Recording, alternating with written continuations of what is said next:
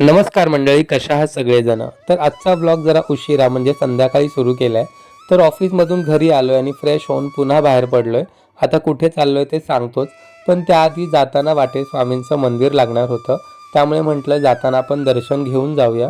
तर मागच्या एका ब्लॉगमध्ये मला बऱ्याच जणांनी विचारलं होतं की दादा, हे स्वामींचं मंदिर नेमकं कुठे आहे. तर हे जे स्वामींचं मंदिर आहे ते कोपरखेड्यामध्ये सेक्टर 5च्या गार्डनच्या अगदी शेजारीच आहे.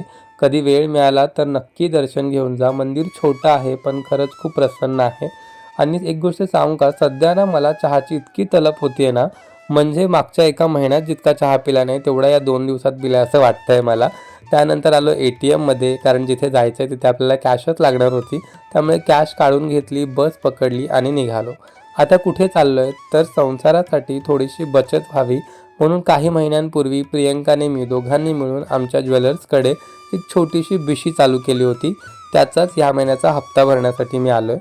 आता बिशी म्हणजे नेमकं काय, तर तुम्हाला 11 महिने एक ठराविक रक्कम दर महिन्याला सोनाराकडे जमा करायची असते. 12वा हप्ता सोनार भरतो आणि जे काही पैसे जमा होतील त्याचा तुम्ही एखादा दागिना घेऊ शकता. आता पहिल्या महिन्यात आम्ही ज्यावेळेस हप्ता भरायला आलो होतो ना, त्यावेळेसच आमचं ठरलं होतं की आम्हाला काय घ्यायचं आहे. प्रियंकासाठी हे कानातले मला प्रचंड आवडले होते. पहिल्या महिन्यात हप्ता भरायला आलो त्यावेळेस या कानातल्याची किंमत होती फक्त 70,000 रुपये. पण आत्ता तुम्हाला माहिती आहे सोन्याचे भाव काय वाढलेत ते. त्यामुळे आता बिशी संपता हे घ्यायला जमतील की नाही त्याच्यावरती थोडी शंकाच आहे. असो, बघूया पुढच्या पुढे. त्यानंतर बाहेर पडल्यावरती मी ठरवलं होतं आज आपण स्वतःवरती थोडंसं प्रेम करायचं.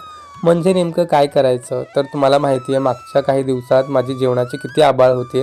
मनासारखं काही खायलाच मिळत नाही आहे. त्यामुळे म्हटलं आता बाहेर आलो आहे तर मनासारखं काहीतरी छान खाऊया. त्यासाठी मी आलो होतो भगत ताराचंदमध्ये. कारण इकडची जी व्हेज थाळी आहे ती मला प्रचंड आवडते. तुम्ही कधी ती खाल्ली आहे का, आणि खाल्ली असेल तर तुम्हाला ती आवडते का, मला कमेंट करून नक्की सांगा. तर मी बोलत होतो स्वतःवरच्या प्रेमाविषयी. तर काय होतं ना, आपण इतरांवरती प्रेम करता करता स्वतःच्याही काही गरजा आहेत, स्वतःच्याही काही आवडीनिवडी आहेत हे विसरून जातो. त्यामुळे ते आपल्याला विसरायचं नाही आहे. कारण जर आपण स्वतःवरती प्रेम केलं तरच आपण इतरांवरती प्रेम करू शकतो असं मला वाटतं. आणि माझं म्हणाल तर मला ना कुठल्याच महागड्या गोष्टींची सवय नाही आहे. म्हणजे नाही कपडे, ना शूज, ना घड्याळ, कुठल्याच महागड्या गोष्टी मला आवडत नाहीत. मला आवडतं ते फक्त छान छान चांगलं चांगलं खायला. त्याच्यामुळे मग मी स्वतःला अशी अधूनमधून छोटी मोठी ट्रीट देत असतो आणि स्वतःला खुश करत असतो.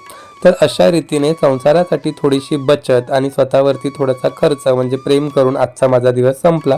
कसा वाटला ब्लॉग कमेंट करून नक्की सांगा. भेटूया उद्या. Bye bye.